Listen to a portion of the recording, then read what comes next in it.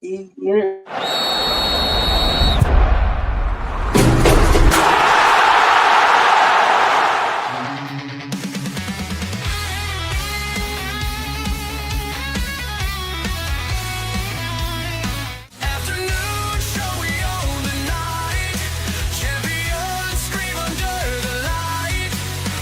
This is a great honor for every fan of the Dallas Cowboys.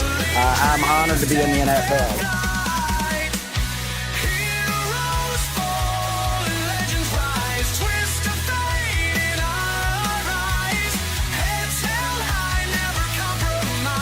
What can I say? Mamba out.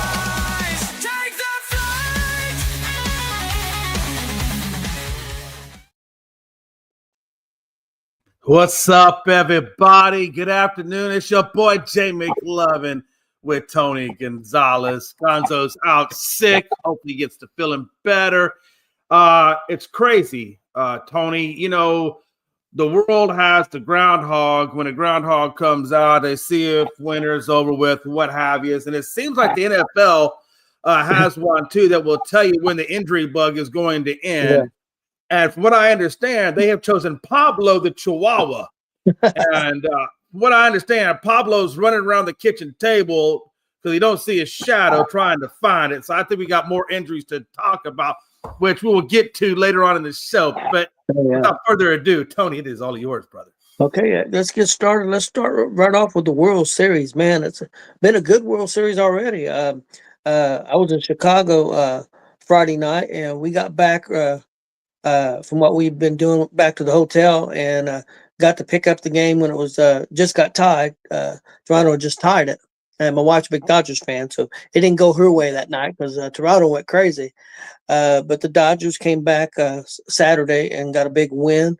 So we got a big game 3 tonight, and at LA, and the starting pitching is for Toronto is going to go with Max Scherzer, whatever his name is. Against the Dodgers, Tyler Glasnow. So at least that's what I've seen. So sorry, I have a technical difficulty. My phone decided it wanted to go left. I apologize. Okay, but I think it should be a good game. Toronto's got to win at least one at LA and get back to home field. I mean, because there's three at LA, and then you go back to Toronto for 2. If needed. So, Jay, your take on the World Series so far, maybe what you expect tonight. Well, I'll tell you what, if the World Series ended on Saturday, you got to think that Yamamoto is the MVP of the World Series and maybe even the playoffs. With the way this man is pitching, I don't know. I can't remember the last pitcher that went into a playoffs and had 2 complete games. I don't know. I know there's probably been one. I just can't remember the last one that ever did it. They said, but I don't. It's been a while. It'd been over 10, 15 years, maybe longer. It'd been quite a while. I just think the way Yamamoto is pitching, I got to tell you, first of all, game 1 was just dominated by Toronto. I mean, Toronto didn't even care that everybody and their mother knows that LA seems to be invincible. Nobody told Toronto, or Toronto doesn't believe it, because game 1, they killed it. Game 2 was a different story. LA woke up, Yamamoto pitched, and all of a sudden it's a 5-1. Now we're at 1-1. But Yamamoto, man, I mean, this guy is huge. I mean, I just wonder if they have started Yamamoto game 1 to set the tone for game 2. Maybe they could have pulled out game 2 off the momentum of game 1. Possibly, but I mean, Snell had been really good too. I mean, Snell had pitched well also. So, I understand going. I mean, them are your top 2 pitchers and have been. So, I guess it wouldn't have made a big difference. Maybe, I don't know. Yeah, it's going to be crazy, Jay. I think this goes 6 or 7. I don't think Dodgers are going to win 3 in a row and knock it out. Of course, I think the Dodgers are still the favorite, but like I said, the key is for Toronto to at least win 1 of the next 3 and get that home field advantage back. But I think Toronto will get at least 1, and I agree. Yeah, I agree. I agree with that. My only concern for LA. They kind of got away with it in game 1 because of how well the pitcher Yamamoto is, and defensively how well they played. But is it a wonder for you, or is it a concern if you're a Dodgers fan that Ohtani and Teoscar Hernandez are both hitting just under 230. Yeah, I think it's got to be because especially Ohtani, because Ohtani's been that way the whole playoffs. Hernandez played pretty good earlier in the playoffs, but yeah, Ohtani's not been good at all as far as hitting. He had that one big game, but you know, that was a closeout game, but there wasn't a lot of pressure on him in that game. I mean, he did pitch, of course, too. Maybe that helped got him in the groove that day. I don't know, but Ohtani's not been really great in the playoffs so far. And on your take about the pitcher possibly being the MVP, I think he very easily could be. Well, it depends. If he pitched another game and didn't pitch well, then it might knock him out of the World Series. And if somebody steps up and hits a bunch of home runs, or goes crazy, but right now he's got to be the favorite, I would think. I'm looking forward to the game tonight. I know me and my wife will be watching it. Like I said, she's a big Dodger fan, so. One of the issues that Toronto had in Saturday's game was their bullpen. I'm not really so much Hoffman or Fisher. They did great with that. I think Hoffman gave him 2 outs and Fisher gave him 1 inning. But really, Gossman gave up 3 hits on 4 runs, or 3 runs on 4 hits, and just 6 innings, which is not bad. But then Varland, I think that's kind of where it really went left for them, or at least the momentum of the game went, because when he came in, he got 2 outs, but he gave up 2 runs and a walk. So, I think that was just a very tough. I guess it must have been that between that 6th and 7th inning, where things just kind of went a little bit left for Toronto. So I am going to be looking at their bullpen, and there'll be 3 things. I'll be looking at the bullpen. I'll be looking at Ohtani and Teoscar and see how well they do tonight. Because I feel like it's a pivotal game back in LA. One thing in that game one that was interesting, that Gausman, before that game in the playoffs, hadn't went over 5.5 innings, and they tried to stretch it, and it didn't work. So I think if you see him pitch again, he probably won't go over 5 innings. Because it seems like once they get to a certain rotation, that 3rd time, 4th time around, maybe people are figuring them out or whatever. But earlier in the playoffs, he had success, but he'd only pitched 5.5 innings. They tried to stretch it, and the Dodgers got him. Yeah, I mean, that's where analytics does come in to help you. You don't want to ever be overly reliant on it, but if your guy's never gone, over 5 and it's game 2 and you're struggling, you're right. Do you really push them past what the analytics say? And a lot of that has to go with feel. And I guess at that time, he must have felt like, Gausman was doing okay. Me personally, I probably would have taken him out if I know he's at 5, because right at that 6th inning, that's where the wheels fell off. So it almost seemed like the analytics were correct on that one. He should have been probably pulled. And Varland probably would have came in right behind him and gave up those runs anyway, which would have because they only got him. They only got 1 run for Toronto, so Toronto had a very anemic offense as well. So tonight it looks like obviously the game's in LA, so they're obviously going to be heavily favored quite a bit. It's a 7:00 start time, and it looks like it's going to be Max. Yeah, like you said, Scherzer versus Glasnow. Yep. I don't know, man. I don't know. I see this game kind of being heavily favored towards LA, because I don't know when's the last time even Scherzer has pitched. I know it's been a hot minute. He pitched, I thought, in another playoff game, and I thought he pitched pretty good. Okay, but I think they're going with experience, a guy that's been there a lot. Sure. So I think that's what they're going with, and it could pay off. It might not, but Scherzer is the guy that I think that's been on the road a lot in the playoffs. He's been at home a lot on the playoffs. So I think they're just going with experience, and I don't blame him. I think Glasnow's pitched okay for the Dodgers, not super great, but he's pitched pretty well. But I think Toronto's got a chance they could get to him. So I look for a. I'm not expecting a 1-0 game, 2-1 game. I'm expecting more like a 5-4 game or something like that tonight. Yeah, I mean, if you look at the stats, just the playoff statistics, not regular season, but just playoff statistics, Toronto's actually hitting the ball quite well compared to LA. They've actually hit the ball better than LA. Yep. But LA has pitched better in some spots. And I think tonight is going to be one of those nights where, like I said, Toronto was very anemic. Yamamoto's a damn good pitcher, so you got to give him credit. But they were very anemic. They were very anemic in scoring runs, obviously, Saturday. So when you come in tonight, them bats are gonna have to come alive. They're gonna have to pitch well, just because even though Churcher has the experience, he also has a 3.18 ERA in the postseason, whereas Glasnow has about a .88. So obviously Glasnow's a little bit, even though he has the less experience, he has the hotter arm, or he's pitching better. Yeah. So, I mean, when you got a guy who's got a .88 ERA coming into this game, and your bats were anemic on Saturday, that tells me that I hope over these day travel time that they kind of reset their brains, forgot about the last game, and get back to Michigan, because they're going to have to forget about the last game and then go and compete tonight, because they're going to go up against some good, strong pitching, just like they did against Yamamoto. And it's not going to get any easier as they go on. So they're going to have to the bats are going to have to come alive tonight, Tony.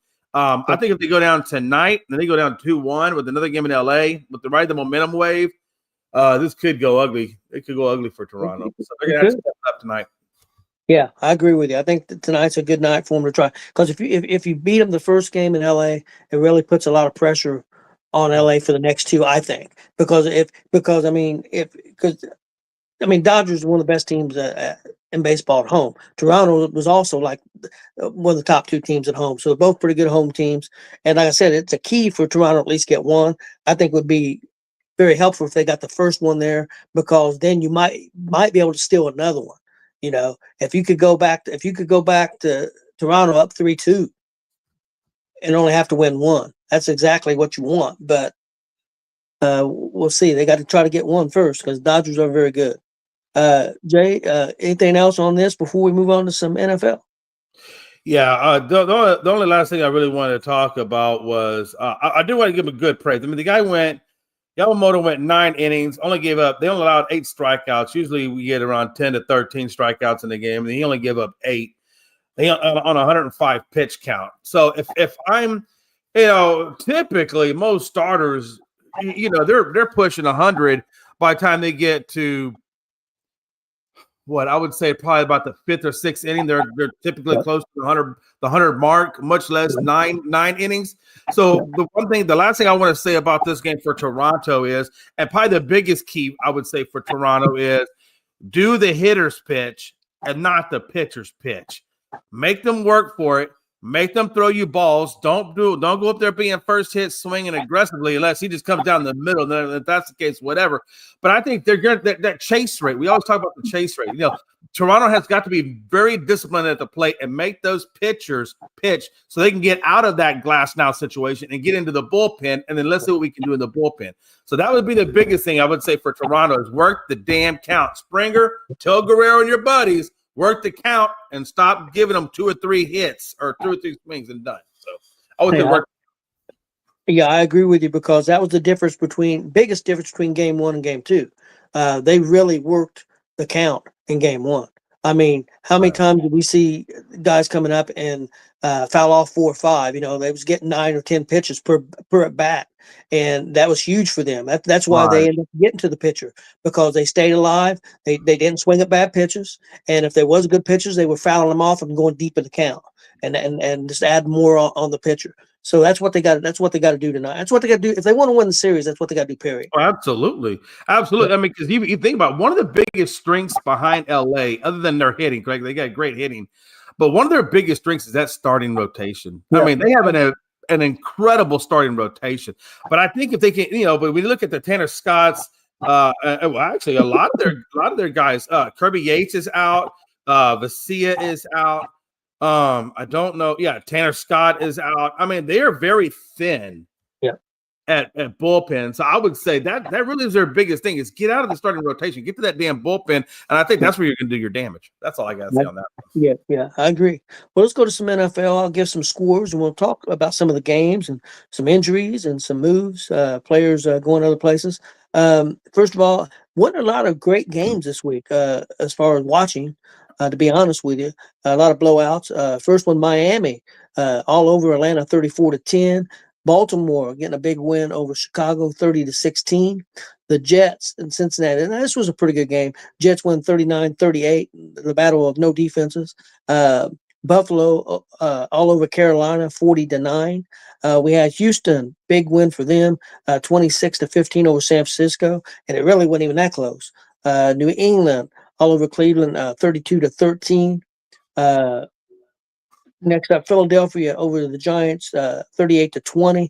We'll talk about that game here in a minute. May even start with that one. Indy all over Tennessee, 38-14. Tampa Bay defeated New Orleans 23-3. Denver all over Dallas, 44-24. And then last night, Green Bay got a little bit of a comeback, won 35-25 over Pittsburgh. They took over there in the second half. Green Bay did. I watched quite a bit of that. Jay, let's start off with that Giants game with Philadelphia. Philadelphia won 38-20. But the big story in that game was Cam Skattebo injury. Dislocated his ankle. Looks like he'll be out, I would assume, for the rest of the season. Nasty looking injury. And it really seemed like to me it took the air out of the team after that injury. I mean, you've seen some very emotional guys on the sidelines. The starting quarterback, Dart, was visibly upset on the sideline, seeing that his good friend go down to an injury like that. So, yeah, I think it took a lot of gas out of Giants. Giants were playing fairly decent at that time. And then after that, Philadelphia took over. Barkley got going running the football. But again, I think it could have been a different game if that injury don't happen, but we'll never know. Your thoughts on the game and your thoughts on the injury? Yeah, absolutely. I mean, I knew Philadelphia was going to get the win. New York is starting to show signs of life that there are things that they can do and build on in that organization, but we all knew Philly was just too much for them, and I knew that wasn't going to be an issue. What was the issue is it sucks to see a guy like Skattebo or Scooby Doo or however you want to call him. I heard him. I love when they give him that name, Scooby Doo.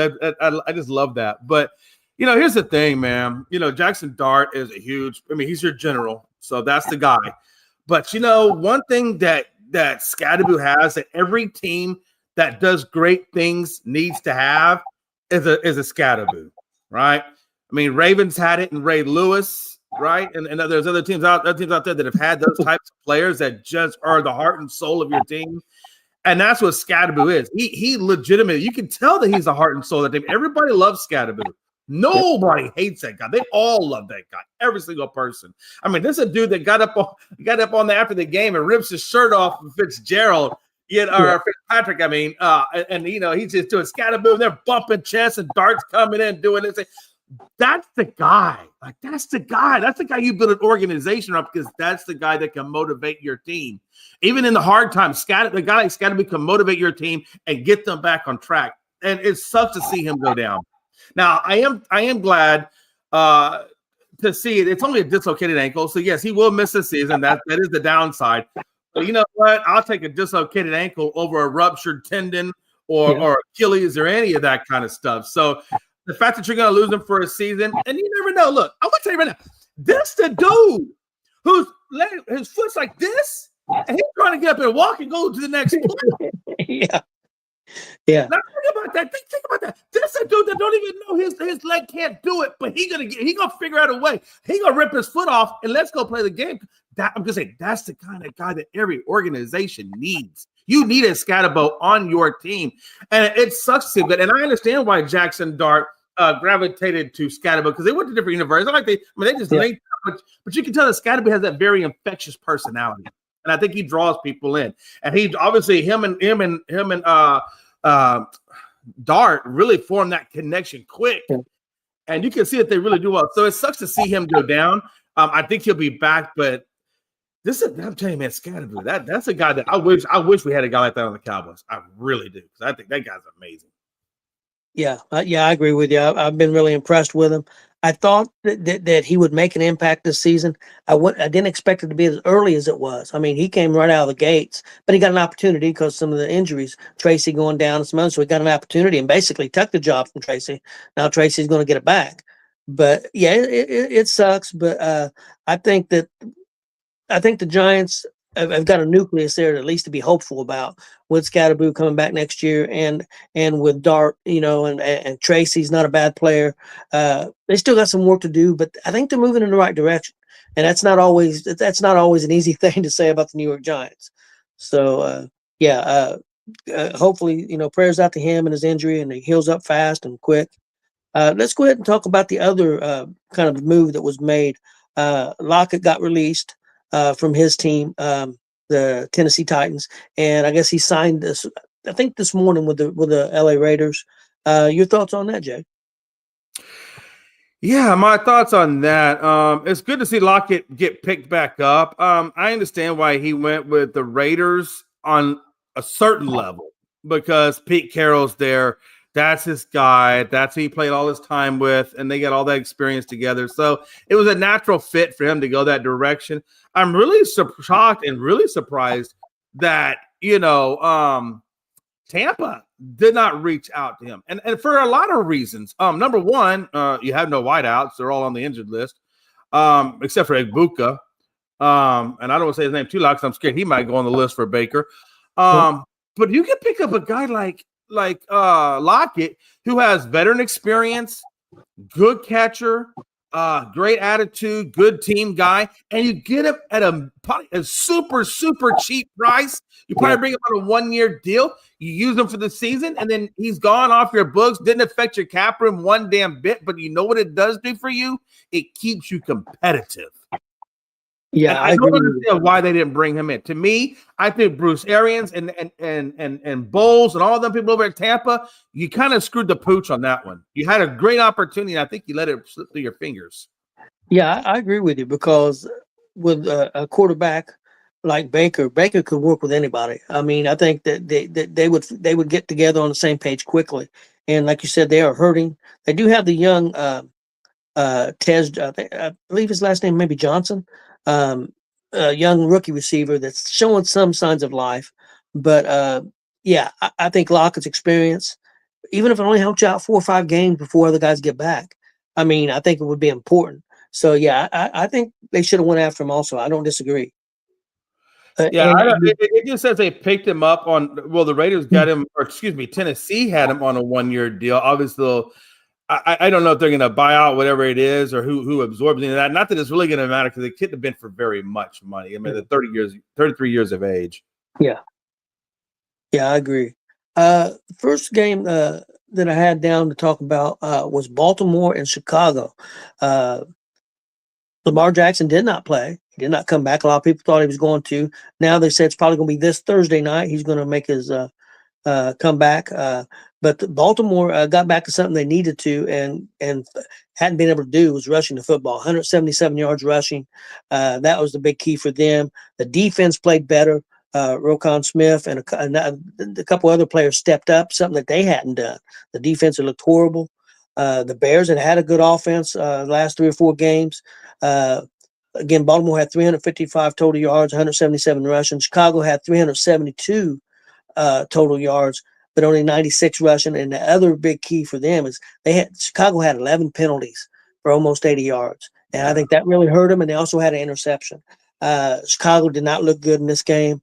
Now here we are, Jay. Baltimore's 2-5. Pittsburgh's 4-3. I think Cincinnati's 3-4. And here we are, Baltimore. If they can get Lamar back, might be right back in this thing. Yeah, absolutely. I mean, wow. I mean, Derrick Henry, man. This is a good game to have him back in. I didn't get what his total yardage was. Did you catch what his total yardage was on that game? I know he was well over. Oh, he said they had 177 yards. Oh, so he had 70. Yeah, 71. But he had 2. I mean, he's back on track, man. I mean, if you had him on fantasy league, you did well. You did well if you had him on fantasy. That's at least almost 20 points, probably close for Derrick Henry alone. It's good to see. I mean, it's good to see. I mean, I know Lamar didn't pitch this game or play this game, but it's good to see the Ravens, show some signs of life. I'm sure Lamar's feeling good about this because it's almost like they got to win out if they want to make the playoffs. So this is probably the first step, and Tyler Huntley gave him that. I don't know. I guess he decided not to go with Cooper Rush. I guess it felt like he wasn't getting the job done, so went with Tyler. And correct me if I'm wrong, Tyler just came off of the Browns, right? I think so. He got released by the Browns if I'm not mistaken. Yeah. And thing with Huntley is he's familiar with that Baltimore offense, probably more of a fit for that offense than what Cooper Rush was, in my opinion, just fit wise. And that's kind of showed. I mean, he didn't make any mistakes really to speak of, and that's one thing Cooper had been doing. So, yeah, Baltimore could get right back in it. I mean, only 2-5, of course, but again, Pittsburgh's got 3 losses. Yeah, I know Baltimore's got at least one more game with Pittsburgh, maybe 2. I don't know if they've even played this year yet. So they could very easily get back in. If Baltimore can win their division games, just their division games, they can get back in this pretty quick. Yeah, another thing I noticed too is, boy, Caleb Williams didn't look. I mean, he threw the ball for 285, but and then he ran, I think, for 24, but he only had 1 rushing touchdown. But again, he had the interception. I mean, the 11 penalty. I mean, there was a lot that really kind of went against Chicago. I don't know if this is just a one-off game for Caleb, but yeah, that team still has I guess it's for me. This kind of reassures me that Chicago is getting better, but they're not quite there yet. Like they still got a good ways on that defensive side of the ball and things like that they got to work on. Oh, definitely. Baltimore had been averaging giving up over 30 points a game. And I think Chicago felt like, hey, man, we're going to go in there. We're going to score at least 30. And we're going to beat Baltimore. But it didn't happen, only 16. But like I said, Baltimore's defense stepped up. So a big win for Baltimore. Next up, Jay, I've got the Indianapolis Colts at home against Tennessee, winning 38-14.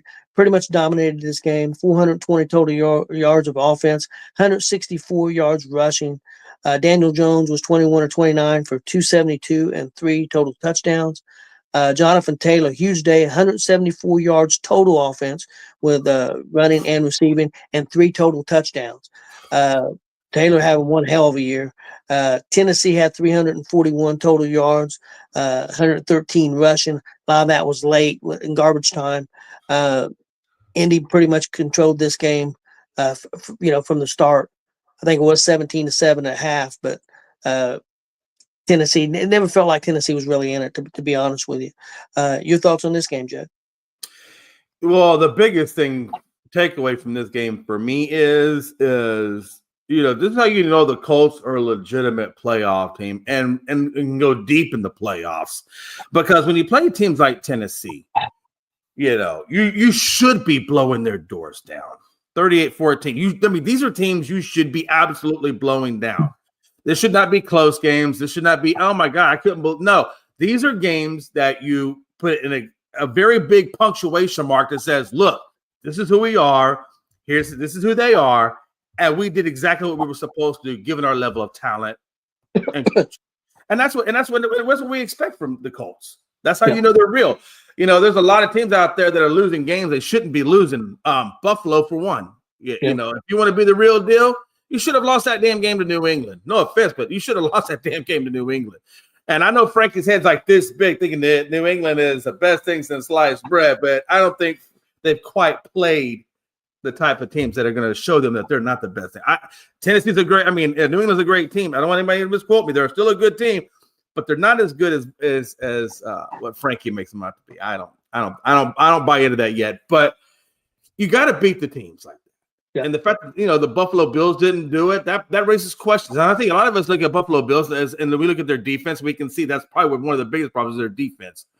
But you got the win. You got the win you should have got. And I think this just shows you that this Colts team, is a legit title contender. Yeah, I think we are, as long as we stay healthy. We still got some defensive backs to come back, 1 or 2. And I think that'll help, and hopefully no more injuries. But yeah, Indy's definitely going in the right direction. Let's switch over. You're talking about New England. Let's switch over to New England.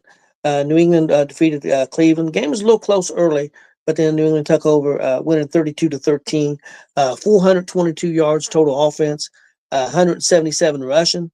Had the ball 36 minutes of the game, so had the ball a lot more than Cleveland. Cleveland only had 213 total yards, 68 yards rushing, and they had 2 turnovers. But there is one thing about New England that worries me about New England. They give up 6 sacks. And I know you're playing against Myles Garrett. You're playing about one of the better guys in the league. Oh, yeah. But your quarterback's taking a lot of hits.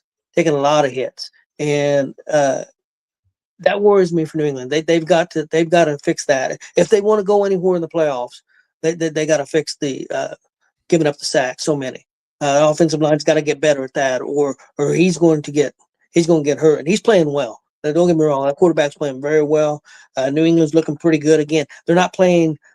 They beat Buffalo, and I know because everybody's got Buffalo up here, but Buffalo also lost to Atlanta. Atlanta got beat 34-10 by Miami.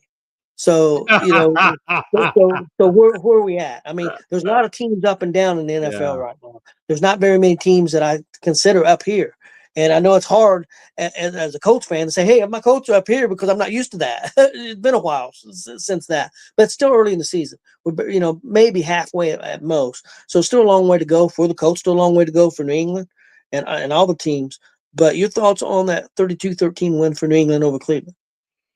Yeah, I tell you, man, Drake May is he's showing you that he's, he really is the real deal. But here's my thing. And I've been saying this for a hot minute now, is the best thing that New England ever did wasn't bringing Vrabel. It was bringing Josh McDaniels. Let's be honest. That was the best damn thing that they ever did. Because when you look at the history of New England, from the Drew Bledsoe changing of the guard to Tom Brady, all the way till now, all the success that they've ever had, Josh McDaniels has been a part of. And when they have slumped or when they've been terrible, Josh McDaniels wasn't with that team. Now, Josh McDaniels is a terrible head coach. I wouldn't hire that dude to be my head coach for all the tea in China. But if he wants to be my offensive coordinator, I will welcome him in with open arms. I will roll out the red carpet. Whatever you want to do, I will do to get that man to Dallas. Because here's the thing. I don't know how many times, and Tony, I know you've heard this a lot, talking sports with different people all around the place. Everybody always says, who made New England? Was it Belichick? Was it Brady? Was it Belichick? Was it Brady?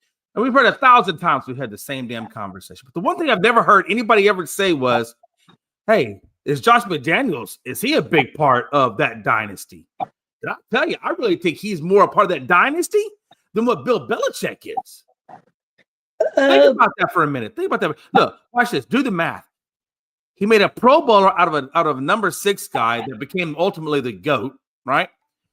He took Mac Jones rookie year one, and made him a Pro Bowler and had him in the playoffs. Then they let him go to become a head coach, and they brought in a defensive coordinator, special teams to be an offensive coordinator, and they just blew chunks. And then Mac Jones goes on to show you how good he really is.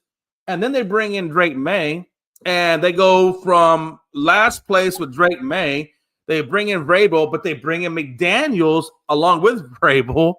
And now they're only 2 losses in the season and playing great football. All of these good things have always had one thing in common, and it's Josh McDaniels.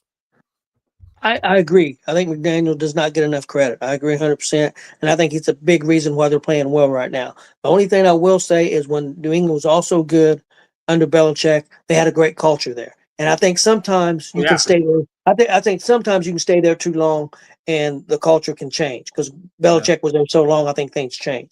But I think that's one reason. I think that culture that Belichick had, and I think that's the other thing that Grable brought in, a great culture. Sure. So I think that's the other big reason. But I do agree with you. I think McDaniel's shine goes off a little bit, and it probably shouldn't because he was so lousy as a head coach. Yeah. And it really is the dark stain on him. But some people just aren't meant to be head coaches. Some people are really meant to be that specialized position. But and again, I mean, when I look at this Patriots team, they're not going to win the Super Bowl this year. But I guarantee you, and I hate to say this, they're in a much, much better trajectory than where Dallas is. Oh, yeah. And we got a lot of talent over in Dallas. We do. We just don't have the right coach and things. And like you said, the culture. It used to be Dallas had the best culture in the world back in the day. Now our culture kind of sucks. But you're right. And again, it goes back to that same question we had many shows ago. We asked talent or culture. What do you want? And I think we all want the culture. Yep. I can develop a player. I can't develop. I mean, a culture. That's a whole nother thing. I know Frankie can because he's a New England fan. Can you name a New England receiver on that team? Yeah, Booty, Diggs, and I forgot about Diggs, but yeah, I mean, and I think is it Kelborn or Melbourne or Bourne or some other. Yeah. Those are the three that are coming to the top of my head right off. So I mean, not big names other than Diggs, and Diggs is on his way down. I mean, he's not what he was, of course. So I mean, talent-wise, you got Dallas, you got Pickens, and the other great receiver of Dallas is, like you said, talent-wise, Dallas has probably overall got more talent than what New England does. But they ain't got the team New England's got. We just don't have, like you said, we don't have the right coach to instill the right culture to get the most out of the talent that we have. It's a domino effect. It always has been a domino effect. Yeah, I can't disagree with you on that. That's a matter of fact. That's our next game: Denver against Dallas. Denver winning 44-24, 426 total yards, 179 yards rushing. They did have one turnover. Dallas had 339 total yards, 108 rushing. One bright spot: Williams still looking pretty good for the most part, but they did have 2 turnovers. Dak, not a great day. Probably the first bad day. Even when some games Dallas lost, Dak has played well. Did not play real great in this game. The defense did not look good for Dallas again. Denver's not been a great offensive team this year and put up 44 points. Denver I think, is a good team. Great team, maybe not yet, but they're moving in the right direction. Jay, your thoughts on Dallas in this 20-point loss? Yeah, man, it hurts. It always hurts. Dallas, man, it always hurts. Dallas just completely discombobulated themselves in this game. And just about every facet that they could discombobulate themselves, they did. Probably Brandon Aubrey's the only one that didn't discombobulate himself. He's probably the only one that played good. Prescott had a very ugly game. He didn't even break 200 yards, and he had two interceptions. So, I mean, it got to the point where they had to bring Milton in. So that tells you anything. Javonte Williams, he only got 13 carries, but I think it's because we got down so bad, they kind of got away from the run game. But he still had 2 touchdowns. I mean, and then Jaden Blue, come on, guy. You finally get a chance to break into the rotation of the running backs and you give us a fumble. Come on. Bubba, this is not how I expected you to start. And you're a Texas guy. I expect you to come out and shine. Or if nothing else, just protect the damn football. So, I mean, when you got 3 turnovers, 2 picks, couple fumbles, your defense isn't playing at all good, whether it be the run or whatever, and their defense is playing good. I thought Surtain was done at one point. I thought when he rolled that ankle in the end zone, trying to prevent Pickens from getting the ball, which would have been a touchdown if he got it, wound up almost costing Patrick Surtain to be out of the game altogether. But luckily it wasn't as bad, and he was able to get back in the game. But when you look at Dallas, this just tells me this just another episode of where we show flashes of like, okay, this team can do something. And then we get games like this. You're like, nah, almost went into delusionalville. No, not going to do that again.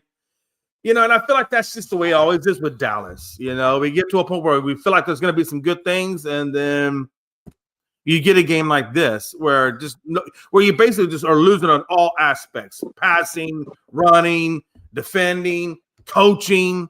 I mean, you name it. This is the worst. So yeah. I don't mind losing. I just don't like losing this kind of a way where where nothing is effective for you. Yeah, I agree. I thought Dallas, I'm not going to tell you that I thought Dallas was going to win this game. I wouldn't have been surprised if Dallas did because I liked their offense. But I knew it was at Denver, so I give Denver the edge. But I didn't expect Dallas to lose by 20 points. I thought this was going to be a lot closer game than that. I was really surprised by that. I mean, think about it. I mean, really, the only good quarter that Dallas had was the third quarter. Because when you look at this game, I mean, Denver got on them so fast. I mean, it was 27-10 by halftime. I mean, they just never could. I mean, Dallas was trying. And every time they would try, and every time they would get it to 10, I'm thinking, like, okay, we're down to 10. All right, we're going to go into the half. We're down 10. That's still easily come back. All we got to do is get a couple of stops, get a field goal, touchdown. So we're back in this. And every time they get a touchdown, what happened immediately right after they got a touchdown? Denver would come back within 30 seconds to get a touchdown. I mean, they were just wrapping off touchdowns on that defense right and left. So it's like no matter how well Dallas tried to get into this game, that defense just never could get them stops in order to get the momentum to get past that 10-point differential. And that's the way I saw this Dallas game. It was always, I'm trying to catch you, but my right foot's getting in front of my left foot. That's what I felt about that Dallas game. Yeah, I can't disagree with you. Any other NFL games you want to talk about before we move on to some college?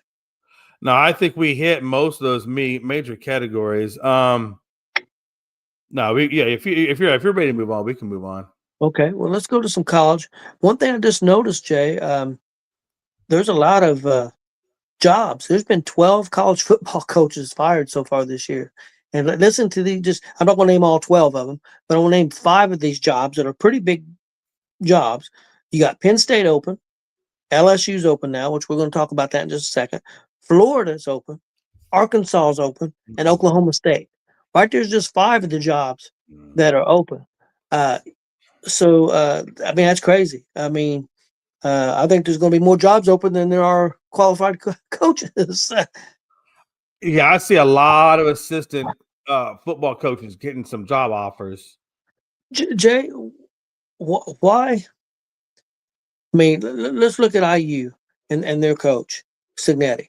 He came from very small schools. He wanted to be a coach. He was in the Alabama coaching thing and not even really coaching much there, but in that system. And he took a job at a very small school, won immediately. Went to another small school, won immediately. Went to IU. So, I mean, it looks like maybe some of these guys will look at a guy that's got that kind of team or that kind of can work with a team, no matter I don't care what level it's on, that can win and prove that he's won at a level or two, and maybe take a chance on him. If Signetti worked, why couldn't that work again? Oh, I'm totally with you on that. I mean, I'm totally with you on that. I'm starting to lose patience even with Sarkisian. I'm ready for Texas to move on from him at this point, because I just don't see any improvement over week 1 to now. And now obviously Arch is in concussion protocol, so that's even going to make it worse for Texas. But I mean, we're barely just like the last minute or two of a couple of games beating teams like Mississippi State. Yeah, like Mississippi State. I mean, this is like the bottom of the rung of the SEC. That's true. I mean, like, it's like they're like the rest. It's like, anyway, yeah. I mean, Mississippi freaking State, and this is the team that we're struggling with. Yeah, There's a lot of vacancies out there. I got to tell you, man, the LSU would be a great job for anybody that would want to. Penn State, both of those are great jobs. Oklahoma State, those are good programs. To latch on with as a head coach that could use somebody. So yeah. Yeah, well, LSU firing Brian Kelly, fired after 3 losses in his last 4 games, so he's gone. I don't think he'll be without a job long. I don't know if he's just a fit for the SEC. I don't know. I think maybe I think he's done better at colleges where the college is not necessarily a big name, and he brings in his people and he builds it to a certain level. I think maybe that's more suited for him. I don't a big name school like a Penn State, like somebody I know you mentioned to me off air. Maybe you'd heard rumors about Penn State. I don't think that'd be a good fit for him. Right. And I'm just wondering. I can't think of his name, but the old Ohio State coach had all that success, and he also had some scandal with him. And he's now an announcer for Fox. I can't think of his name for anything. But he was the last. He had success at Florida, had success at Ohio State. I can see him, but I can't think of his name. I'm just wondering. Urban Meyer? Yeah, I'm just wondering if he ain't going to come out of the retirement and try to get one of these jobs. There's a lot of jobs. I mean, Urban Meyer was a terrible NFL coach, but we all know what his pedigree was at Ohio State. Yep. And how good that is. So, I mean, you get a team like LSU or you get a team like Penn State who, Florida. Can do it, or even go back to Florida, or just go to Florida, like you said. Yeah. I mean, either of those programs would be good. I'd probably go to LSU because I feel like it'd be easier to get kids to play for LSU. And there's people that's been mentioning Ohio State's head coach right now, leaving and going somewhere. Why would you leave? He ain't going nowhere. I mean, you're right. When you're that beloved and you had that level of success at a program that you've already built, why would you want to go and rebuild another program? That would make absolutely no sense to me. And if Ohio actually let him walk without doing everything they could to keep him, that would be stupid on their part. I agree with you. I will tell you, the only thing I don't like about Ohio State is I still feel like they can't develop a quarterback for crap. I mean, you can take C.J. Stroud, but even C.J. Stroud is starting to show signs of regression. Yeah. Over there with Houston. So, I mean, that's the only knock I've ever had on Ohio State was I just felt like they could not produce a good quarterback. They can produce everything else, but not a quarterback. You know what I mean? Yeah. Yeah, defensive. You would think at some level they should have a good elite quarterback out of that program at some level. Yeah, it's never panned out for them. Well, let's go to some college scores real quick, and then we'll just talk about some of the college games. Number 2, IU all over UCLA, 56-6. Texas A&M 49, LSU. Number 3 Texas A&M over number 20 LSU, 49-25. Had number 4 Alabama outlasting South Carolina, 29-22. Alabama, I think, got a little lucky in that game. To be honest with you, I got to watch quite a bit of that towards the end. Number 6, Oregon, 21-7 over Wisconsin. Number 7, Georgia Tech, 41, Syracuse 16. Number 8, Ole Miss, 34, Oklahoma 26. Had number 9, Miami 42, and Stanford 7. We had number 10, Vanderbilt, winning over number 15, Missouri, 17-10. Unfortunately, Missouri's quarterback got hurt, and I think ended his season. And that's the second quarterback that ended his season. The first game of the year, the regular starting quarterback got hurt, so they're down. Missouri's down to their third quarterback. And Missouri could have. I mean, Missouri was in that game. You know, it's third quarter. I mean, that game could have been different possibly if he don't go down. So tough thing for Missouri. And then number 22 Texas has a miraculous comeback and defeats Mississippi State 45-38. Jay, let's start with that game. Let's start with that Texas Mississippi State game. I got to see just a little bit at the end. I was following the score. We was on our way home from Chicago. I was following the score, and I'm like, what the hell is going on with Texas? And then the next thing I know, Texas is about to win the game. So your thoughts on this? Real quick, 428 yards of total offense for Texas, only 72 yards rushing. They give up 5 sacks, which I wasn't real thrilled with that. Manning did have 4 total touchdowns. They outscored Mississippi State 31-7 in the fourth quarter and in overtime. So that there tells you what happened. Kind of a collapse a little bit for Mississippi State. Mississippi State had 445 total yards, only 63 yards rushing. So both teams did a lot of passing, but Mississippi State gave up 7 sacks. So that wasn't good either. So your thoughts on this game, Jed? My thoughts on this game is I feel like, Archie Manning, he's in concussion protocol now, so we don't know how long he's going to be out for. Hopefully not too long, maybe one game or whatever. But, statistically speaking, he had a good game. I mean, he threw, 346, 3 touchdowns, and 1 interception.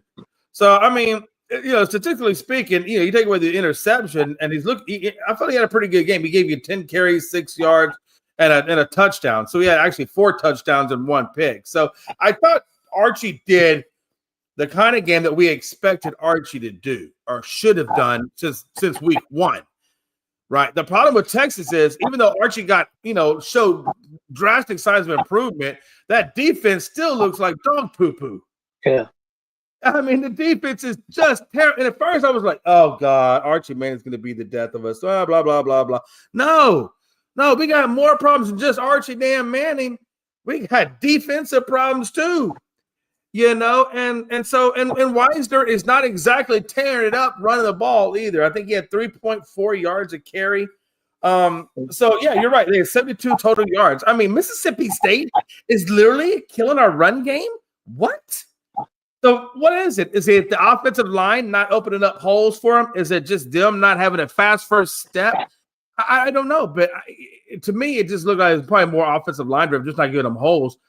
But yeah, the offensive line's not protecting Manning either. They give up 5 sacks. So yeah, the offensive line. Yeah, honestly, both sides of the ball, your defensive line and your offensive line, have not lived up to what they were supposed to be. And we've had a lot of top recruiting classes over the last 3 or 4 years. Texas has been in the top 5 in recruiting classes over the last 3 or 4 years.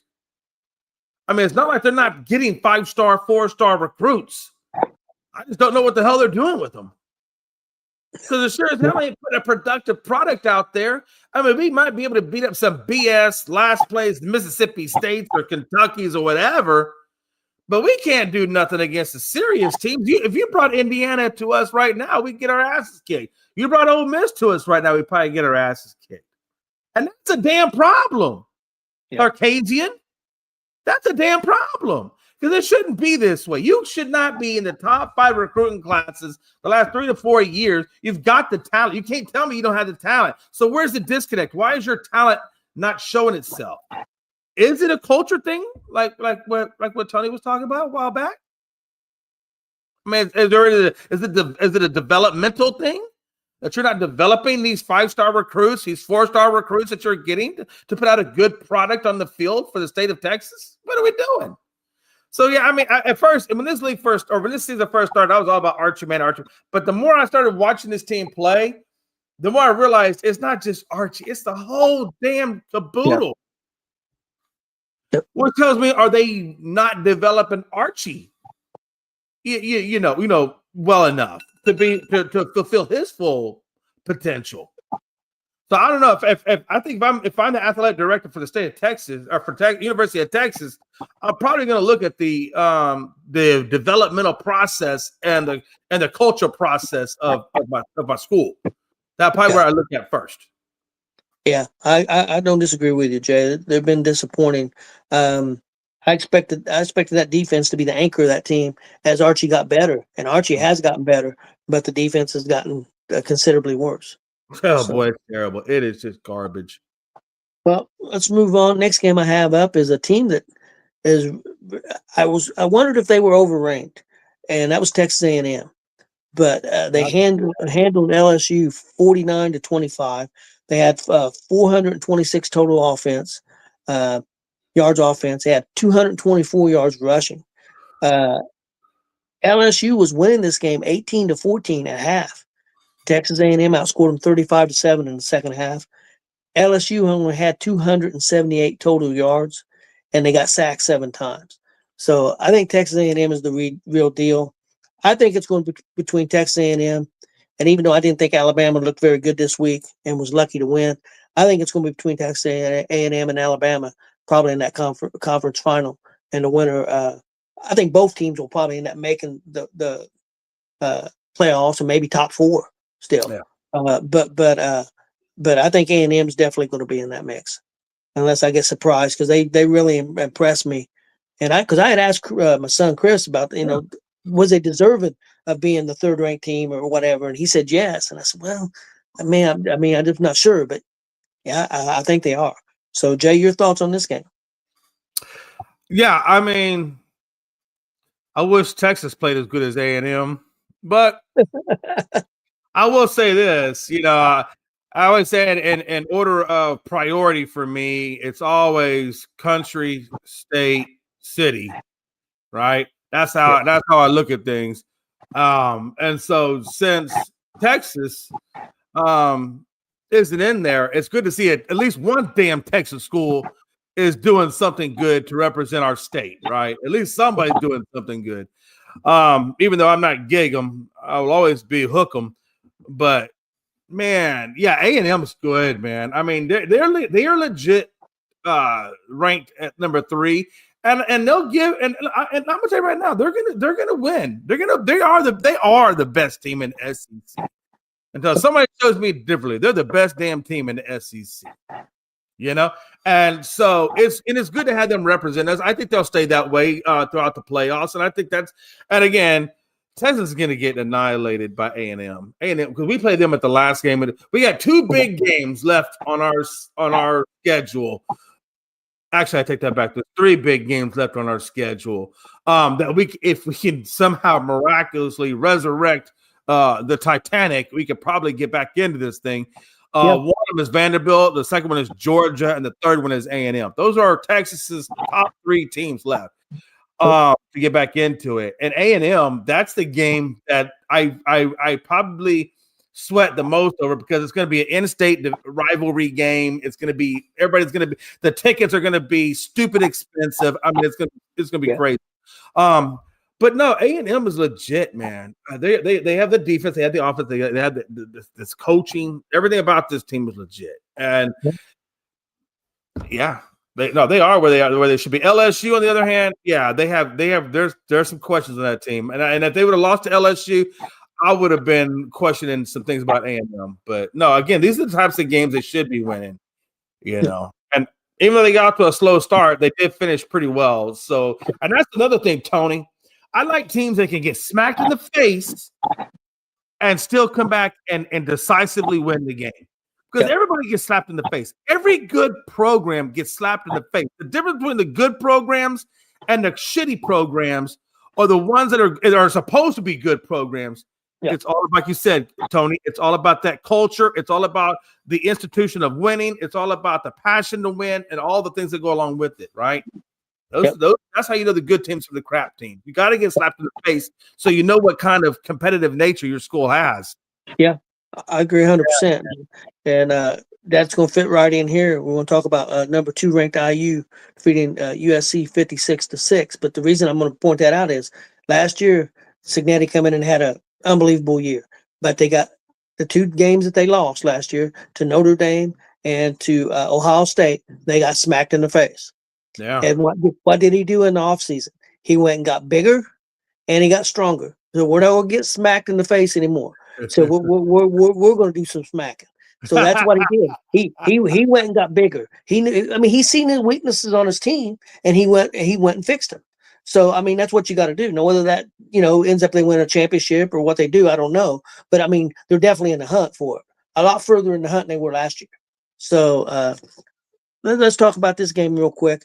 IU had 475 total yards of offense, 213 passing, 262 rushing.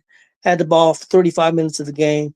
The quarterback, Mendoza, had a total of 4 touchdowns in the game. Didn't even play the whole game. I know his brother, the other Mendoza, came in and got I think he got a running touchdown also. But yeah, UCLA only had 201 total yards, only 88 rushing. And the last 3 games, they had averaged 193 yards rushing, and they had won 3 in a row. And I was a little concerned because I thought we was going to be tested from the run game, and we got off the second or third play of the game. Their quarterback throws an interception, and we run it into the end zone. We're about a minute in the game or something like that. I'm over at a casino in Chicago watching the game, IU all over UCLA. UCLA was never in it, so another good win for IU. And Jay, your thoughts? My thoughts. I got a couple of thoughts. Number one, UCLA. That's what's his face that used to be Lake. What's that dude's name? The one that used to be out there at Lincoln Riley. That's Lincoln Riley's team, ain't it? No. Lincoln Riley's SC. No, that's the dude Bieniemy. That's Eric Bieniemy's team. Right? Whoever's there, whoever the head coach was there got fired, and then because they had lost like 4 games in a row, and then the new coach took over. Whoever it is, I'm not sure who it is. Jay had won 3 in a row, but then they got manhandled by IU. Yeah, I know Bieniemy I want to say he might have been the offensive coordinator or whatever it was, but I know he was attached to UCLA. He did go back to college and he did coordinate there for a little bit, and then he went back to the NFL. And I don't know where Eric Bieniemy is now. He may be on a retirement home facility. Who knows? But UCLA is not they're not like just a just a run of the mill whatever. I mean, they usually have a pretty decent team. Even if they're not great, they're still 56-6 over UCLA. The point I'm getting at. That's pretty impressive. Yeah. It's not like you're going up against Kent State or Marshall or Sam Houston, whatever, low-level D1 school you want to talk about. I mean, they're up against UCLA Bruins and handled them quite well. And again, you got to tap to Signetti. He's put a good job putting that team together, and that team is executing at a very well rate. I didn't realize there were two Mendozas. I know it's buy one, get one for the state of Indiana. Is that how it works nowadays? That's what we did when we run in the starting quarterback Mendoza. The brother came with him. He's the backup quarterback. Man, oh man, oh man, man, oh man. And that's the thing. I don't know how you got I don't know how you got back-to-back. That must have been one heck of a recruiting pitch to get both of them there. I'm sure they probably wanted to play with each other. But it's great for the state of Indiana. Like I said, your team is playing well, Tony, man. And nobody's going to take nothing away from you. Honestly, I didn't think – Indiana did it so quietly, getting up to where they are. Yeah, it's impressive, man. It really, really is impressive what Indiana was able to do. And and right now, you guys are legitimately the number 2 team.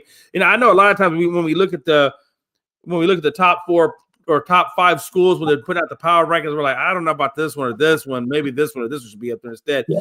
This is the first time where I can actually say that Ohio at 1, Indiana at 2, A&M at 3, and I think Bama's at 4. I mean. That's legit. Like that's a legit solid top 4 teams that you can't say, well, they got it because of voting this side or the other.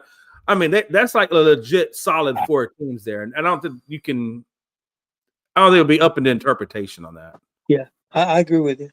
Let's move on. Next game I have. Speaking of the devil, Alabama. Alabama was in trouble. They had to come back in the fourth quarter and outscore South Carolina 15-7 to get this win, 29-22. Alabama had 325 yards of total offense, only 72 yards rushing, and did have 2 turnovers in the game. South Carolina had 333 yards of total offense, 111 rushing, but also had 2 turnovers. I've seen a lot of this game. Watched a lot of it on the way home, come in the house, and got to finish the end of the game. Alabama didn't play great. South Carolina, it was at South Carolina. South Carolina fans are fired up. South Carolina played very well, not a real good team. I think they're 3-5 now. But Alabama hung on, and sometimes that's what you got to do. Sometimes you don't play your best, but you still got to find a way to win. They did. I still think Alabama's still a top 5 or 6 team in the country. They're number 4. I don't have an issue with that. I think they've got LSU next, and that'll be interesting. Whoever takes over for LSU, getting ready for that game. I think that game's either next or the next one after that. But so your thoughts on this Alabama-South Carolina game, Jay? Yeah, there was some points last night. I'm pretty sure you were in the group chat, saw Frankie. I think Frankie might have been a little nervous about Bama. But ultimately, when they got the win, then he was full Frankie, whatever you want to – surname you want to put in there for Bama, Frankie the elephant or whatever, I mean, that's why I guess that's what I'll call him from now on. He's got Frankie the elephant until he gives me a different surname to use. But you can see his inner Frankie came out once they got that win. But you notice there was a couple of times when Frankie's nervous about his team, that's when you know it's on the hook. And he was nervous last night, and rightfully so. South Carolina put it close. I mean, they had it close on them, and I actually thought Bama might go down. And I was ready for the upset because I was ready to come and unleaven the smoke on that one. But I had to get my fire extinguisher, put that fire out. It didn't go anywhere. Yeah. But good for Bama. Not that I'm a Road Tide person by any means. Yeah. Yeah, I thought South Carolina had them, and Alabama came back and got it. The last game I got, Jay, on the college, unless you have something for college, I got Ole Miss defeating Oklahoma 34-26. Ole Miss, a good comeback win for them after losing to Georgia, something that they needed to stay in the hunt. 431 yards total offense, 116 yards rushing. Had the ball for 35 minutes in the game. Oklahoma had 359 yards total offense. Did have 136 yards rushing, ran the football well, but they did have a turnover. Pretty good game. Ole Miss just got them at the end. Your thoughts on this game, Jay? Yeah, I thought it was funny. Back in I want to say this. Yeah, back was it October the 8th? I think they played OU played Ole Miss. No, I take that back. No, never mind. Thinking of a different game. I apologize. No, but anyway, no, yeah, they took the loss to Ole Miss. They also took the loss to Texas, and I got to be honest with you. Oklahoma, when I saw how bad when we went to go play Oklahoma, and that was the Red River shootout. Even though I knew we were going to gear up because we always gear up for the Red River, I never expected Texas to win that game. I still felt like Oklahoma had a good enough team that they were going to beat us and continue to roll. And when they lost to Texas, I knew right then and there. I said, okay, number one, Oklahoma doesn't have it to go all the way. This is not the team. And then now they lost to Ole Miss, which now puts them at their second loss. They're definitely probably going to be either at the bottom of the rankings or out of the rankings. And so, I mean, Oklahoma, they made a good run for it compared to what they did last year, but this wasn't their year. This wasn't Oklahoma's year. And I got to tell you, Lane Kiffin's looking pretty good out there at Ole Miss. I mean, seriously, I don't know. When's the last time we ever took Ole Miss seriously in the standings? I don't even know how long it's been. And they're making a case, for the playoffs. And that would be interesting to see if Ole Miss gets in the playoffs under Lane Kiffin. Yeah, Ole Miss, they should have beat Georgia. They blew that game against Georgia. They had it in control and they lost it there in the second half. Or Ole Miss would be undefeated right now with some big wins. I think Ole Miss has a good enough offense to play with any team in the country, anybody. Yeah. I just don't think they have the defense yet. I think that's what's holding them back. I think they're still a top 10 team, but if they had a better defense, I think they could play and possibly beat anybody in the country. But I think with the defense, I just don't know. So I was pulling up those power rankings. So I'm just going to give you the top 10 now. Okay. So right now we're looking at Ohio State Buckeyes. Obviously, are still at number 1. Indiana still at number 2. A&M is still at 3. Bama still at 4. Georgia still at 5. Ole Miss now is at 6. So they're definitely in that fight. Georgia Tech is at 7. Is it just me, or is Georgia Tech the quietest program to be in the top 10? And I'm like, man, Georgia Tech's there? Yep. Is Georgia Tech, are they that good? I mean, it's crazy. Georgia Tech has always been one of them schools I figure, there's Georgia Tech, whatever, you know. Yeah. Put them at number 7. And then Oregon has slid down to number 8. Which is 2 spots down. Miami is now at 9, and BYU is at 10, with Vanderbilt hanging in at 11. And Texas Tech is at 12, and then everybody's after that. I don't even know if Texas. I'm sure Texas is probably down around. I'm just going to see what Texas is real quick. I'm pretty sure they had to have gone now. They were at 22 last week. Good God, Navy midshipmen are at 20. That's when you know. Listen, when Navy, Army, Air Force. If any armed forces team is ranked better than you, that's when you really look at your program and say, how bad do we suck? Do we suck so bad that a midshipman is kicking my ass in the rankings? I'm just saying I would say that's a good benchmark, Tony. It's a benchmark to know where your program is. No, and actually, Texas is still at number 22. Okay. So we just stayed where we are. Well, considering how they played against Mississippi State, I think that's fair. Oh, it's more than fair. Because I would have had their asses down at around 25 on the border, on the cusp. Because like I said, this is Mississippi freaking State. That's true. I can't argue that. Damn. Well, Jay, you got anything else before we get out of here? Oh man, no. Hey, obviously, Tony, do you want to do the recap of me tonight, or you got things going on? I think I've got something going on tonight. So won't you see if Glenn can do it? Yeah. So stay tuned. We may or may not have a a midnight, or not a midnight, a recap show tonight. I'll talk to Glenn, see what I can muster up. If not, we'll be back on Friday. We'll definitely do the recap on Friday. But no, I don't have anything else. Make sure you give us a like and subscribe over there at Gonzo's Sports Room.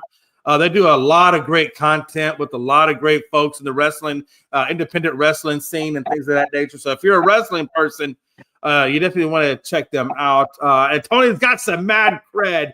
Because I asked him who I think the Triple Crown was. I don't even remember who it was, but I bet you Tony will tell. Tony, who's the Triple Crown? Who was the first Triple Crown at WWE before it was WWE? Oh, I forget now.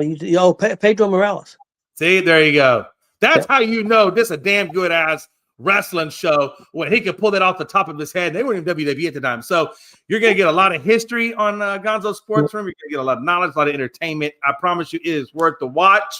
So again, that's Gonzo Sports Room. Check them out on YouTube, Facebook, anywhere.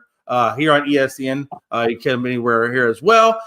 Give us a like and subscribe on our YouTube, but for ESN, we certainly would appreciate it. And until next time, it's your boy Jay McLovin and my boy Tony Gonzalez saying, yeah, what a hell of a weekend. Yep.